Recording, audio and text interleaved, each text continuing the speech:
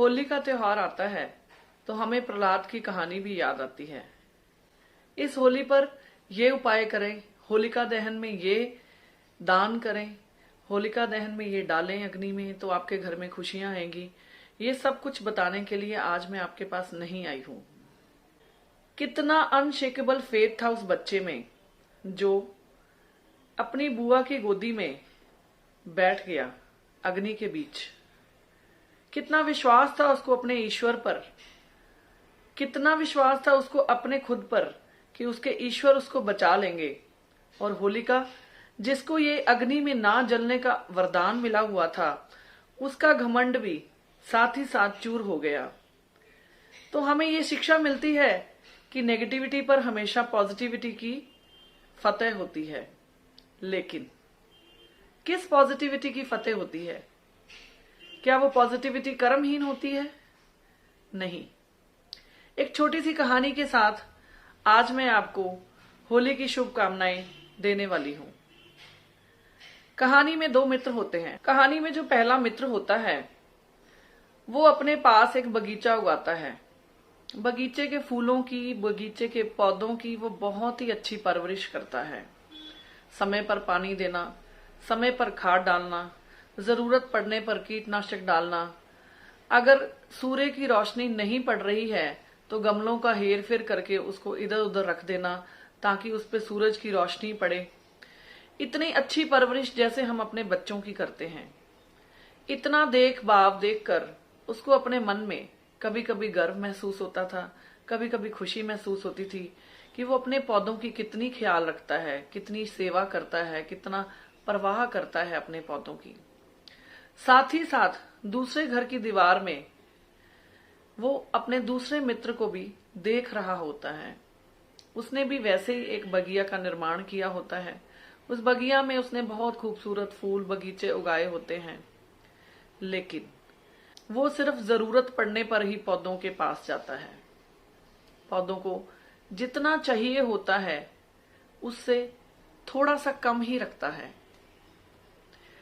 थोड़ी सूर्य की रोशनी, थोड़ा सूरज का दिखाव, थोड़ा पौधों में खाद, थोड़ा कीटनाशक और जितने पानी की उनको आवश्यकता होती है उससे थोड़ा सा कम पानी डालता है।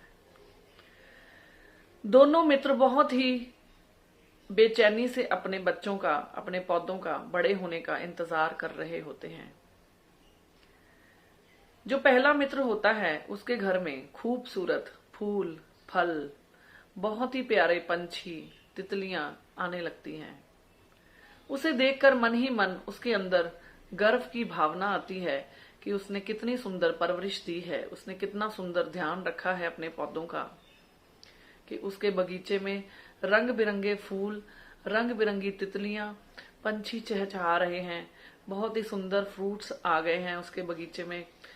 अंदर ही अंदर उसको बहुत ही गर्व महसूस होता है, खुशी महसूस होती है। और साथ ही साथ वो दूसरी दीवार के पार अपने दोस्त के बगीचे को भी देख रहा होता है। जब उधर देखता है दीवार की तरफ तो देखता है कहीं कोई पौधा है, थोड़ा सा रूखा है, थोड़ा सा मुड़ा हुआ है। वो देखता है कि जितना उसको जरूरत है उनके पौधों को, उतनी केयर उसको उसका मित्र जो है वो नहीं दे पा रहा है। फिर एक दिन रात को खूब जोर से बारिश आती है, आंधी तूफान आता है। अब क्या होता है? सुबह जब वो मित्र उठता है तो अपनी बगिया में जाकर देखता है कुछ पौधे जो गमले में होते हैं, कुछ गमले टूट जाते हैं, कुछ पौधे जो उसने मिट्टी में उगाए होते हैं वो नीचे गिर जाते हैं, कुछ पौधे जिनमें अभी फल लगने थे वो भी टूट कर गिरे पड़े होते हैं। सारा बगीचा तहस नहस। उसका मन बहुत ही उदास होता है कि मैंने तो इतनी परवाह करी, इतनी केयर करी, फिर भी मेरा सारा बगीचा खराब हो गया। साथ ही साथ वो उठ के देखता है दीवार के दूसरी ओर। दीवार के दूसरी ओर क्या देखता है वो देखता है कि जो बगीचा उसके दोस्त ने बनाया था वो ज्यों का त्यों खड़ा है।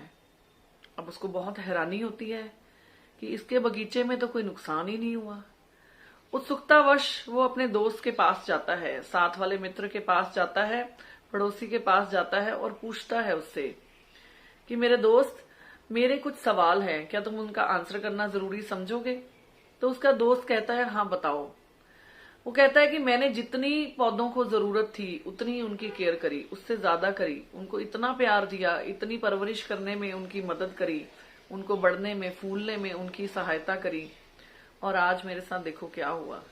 और तुमने जबकि इतना टाइम भी नहीं लगाया अपने पौधों पर, अपनी बगिया पर, अपने बगीचे पर, तुम्हारा बगीचा ज्यों का त्यों कैसे खड़ा है? मुझे ये सवाल बहुत ही परेशान कर रहा है अंदर ही अंदर। तो उसका दोस्त जो है वो थोड़ा सा हंसता है, मुस्कुराता है और आंसर करता है उसके क्वेश्चन का। क्या आंसर करता है उसके क्वेश्चन का? वो कहता है मेरे यार, मेरे दोस्त, मैं तुझे देख रहा था, मैं अंदर ही अंदर मन ही मन ये सोच भी रहा था कि तुम्हें समझाऊं, पर समझने से क्या भला कोई समझता है, इसलिए मैं चुप रहा। मैंने अपने पौधों को बढ़ने, फूलने और आगे जाने के लिए मौका दिया। सूर्य की रोशनी के लिए वो खुद ही टेढ़े मेढ़े होकर सूर्य के आगे जाते थे। जो बेलें थी मेरे बगीचे में लगी हुई, वो अपने आप उस तरफ रुख कर लेती थी जब उनको सूरज की रोशनी चाहिए होती थी। जब मैं थोड़ा सा कम पानी डालता था या कभी पानी डालने में गैप डाल देता था, तो मेरे पौधे जो थे वो पानी के लिए जड़ों को मजबूत बनाने की कोशिश कर रहे थे। जो पौधे मेरे जमीन में लगे हुए थे वो नीचे जमीन की गहराई में जाकर पानी खोद रहे थे, पानी खोज रहे थे। तो इस तरह से उनकी जड़ें इतनी मजबूत हो गई, इतनी मजबूत हो गई कि अब कोई आंधी तूफान कुछ भी आए वो गिर नहीं सकती थी। इसी तरह से मेरे जितने भी पौधे थे उनको मैंने उनकी जरूरत के हिसाब का सब कुछ दिया। इस तरह का मतलब ये नहीं कि मैंने उसको परवरिश नहीं दी या मैं एक अच्छा माली ना बन सका। मैं हमेशा उनको उनकी जरूरत से थोड़ा सा कम रखता था, ताकि जितनी उनकी जरूरत है वो खुद डिसाइड करें और उसके लिए खुद काम करें। इस तरह से मेरे पौधे, उनकी जड़ें, उनकी टहनियां, मेरे वृक्षों के फल, सब कुछ आज भी इंटैक्ट है। मेरे फल फूल आज भी इंटैक्ट हैं। तो कहानी से हमने क्या सीखा? अब आज के दौर की बात करें। आज हमारी जिंदगी में हमारे पौधे कौन हैं? हमारी फसल क्या है? क्या हमारी प्रॉपर्टीज है? कमेंट में बताइएगा।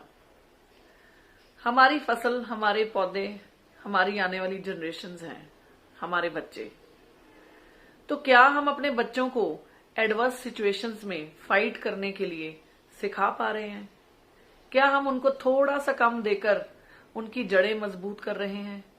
आपने देखा ही होगा आज बहुत से बच्चे कनाडा, ऑस्ट्रेलिया से वापस आ रहे हैं, क्योंकि वहां पे सर्वाइवल बहुत टफ है। रियलिटी कुछ और ही होती है। सुनने में अच्छा लगता है कि हम चले जाएं, लेकिन रियलिटी बहुत टफ है वहां पर, है ना। बहुत सारे बच्चे वहां से इंडिया वापस आ रहे हैं। आज बहुत सी बच्चियां, बहुत से बच्चे हॉस्टल्स में बाहर पढ़ने जा रहे हैं अच्छी पढ़ाई के लिए। मैं पढ़ाई के बिल्कुल अगेंस्ट नहीं हूं, चाहे लड़का है चाहे लड़की है, दोनों को बराबरी का हक है, पढ़ने का भी और बढ़ने फूलने का भी।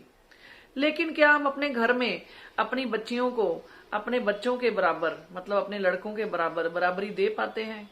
क्यों हमेशा रसोई में बहू ही काम करे हमारा बेटा ना करे? क्यों हमेशा रसोई में बेटी ही काम करे, हमारा बेटा ना करे? बेटा टीवी देखता रहे, बेटा एंजॉय करे। हमारे लिए चाहे वो फल है चाहे वो फूल है, दोनों बराबर हैं। तो फिर इतना भेदभाव क्यों करते हैं हम? क्या हम अपने बेटा या बेटी दोनों को एडवर्स सिचुएशंस में फाइट करने के लिए तैयार कर रहे हैं?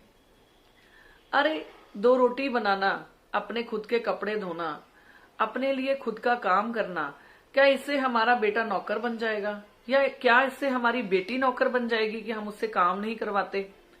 आजकल जो ट्रेंड चला हुआ है कि हमारे बच्चे तो कोई काम नहीं करेंगे, है ना, हम सिर्फ पढ़ाई में ध्यान देंगे। क्या पढ़ाई करने से जिंदगी चलेगी आपकी? क्या किताबी पढ़ाई करने से, क्या किताबें पढ़ने से आपको जब भूख लगी होगी 2 फुलके बनाकर आप खा पाएंगे? या जब हमारा बेटा डॉलर्स अर्न करेगा, क्या वो जब जरूरत के समय उसको खाने की जरूरत होगी, जब उसको चाय की जरूरत होगी, तो पैसों को निकल जाएगा वो? मैं मानती हूँ आजकल हम बाहर बहुत एडवांस हो गए हैं, फॉरेनर्स की तरह हम जोमेटो स्विगी का यूज करते हैं, कहीं से भी ऑर्डर प्लेस कर सकते हैं और अपनी भूख को शांत कर सकते हैं। लेकिन क्या ये हमारी हेल्थ के लिए सही है?